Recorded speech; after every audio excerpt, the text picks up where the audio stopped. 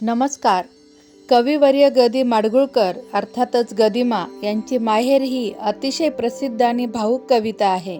या कवितेत त्यांनी नदीच्या माहेरची आणि निसर्गाच्या जलचक्राची सुंदर अशी सांगड घातली आहे. या कवितेतील कल्पनेनुसार समुद्राला मिळाल्यावर नदी पुन्हा पर्वताकडे जात नाही, म्हणून तिला माहेर नाही, हा लोकांचा समज गदिमांनी या कवितेतून खोडून काढला आहे.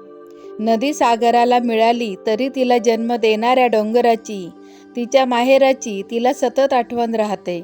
त्यामुळेच तिचे पाणी पुन्हा बाष्पीभवन होऊन पावसाच्या रूपाने डोंगरावर बरसते आणि नदी पुन्हा माहेराला जाते. हे जलचक्र कवीने अत्यंत मार्मिक शब्दामध्ये मांडलेले आहे. चला तर मग ऐकूयात गदिमांची माहेर ही कविता. आणि म्हणूनच जे न देखे रवी ते देखे कवी म्हणतात ते उगीच नाही. तर ऐकूयात गदिमांची माहेर ही कविता.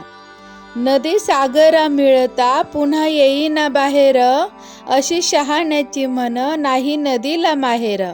काय सांगू रे बापांनो तुम्ही आंधळ्याचे चेले, नदी माहेराला जाते म्हणूनच जग चाले.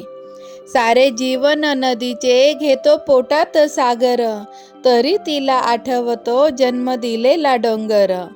त्या आठवणीने तिचे मन व्याकुळ होते, बाष्पाचे रूप घेऊन ती आकाशी धावते.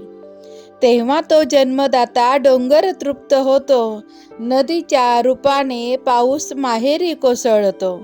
तेव्हा तो जन्मदाता डोंगर तृप्त होतो, नदीच्या रूपाने पाऊस माहेरी कोसळतो.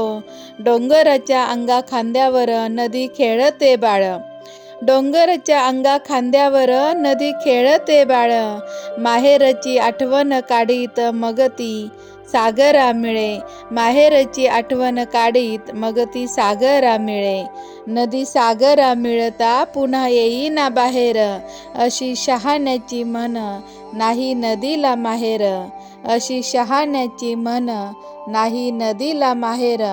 काय सांगू रे बापांनो तुम्ही आंधळेचे चेले, काय सांगू रे बापांनो तुम्ही आंधळ्याचे चेले. नदी माहेराला जाते म्हणूनच जग चाले, नदी माहेराला जाते म्हणूनच जग चाले. अशी ही सुंदर कविता गदिमा यांची उत्कृष्ट नक्कीच आपल्यालाही आवडली असेल.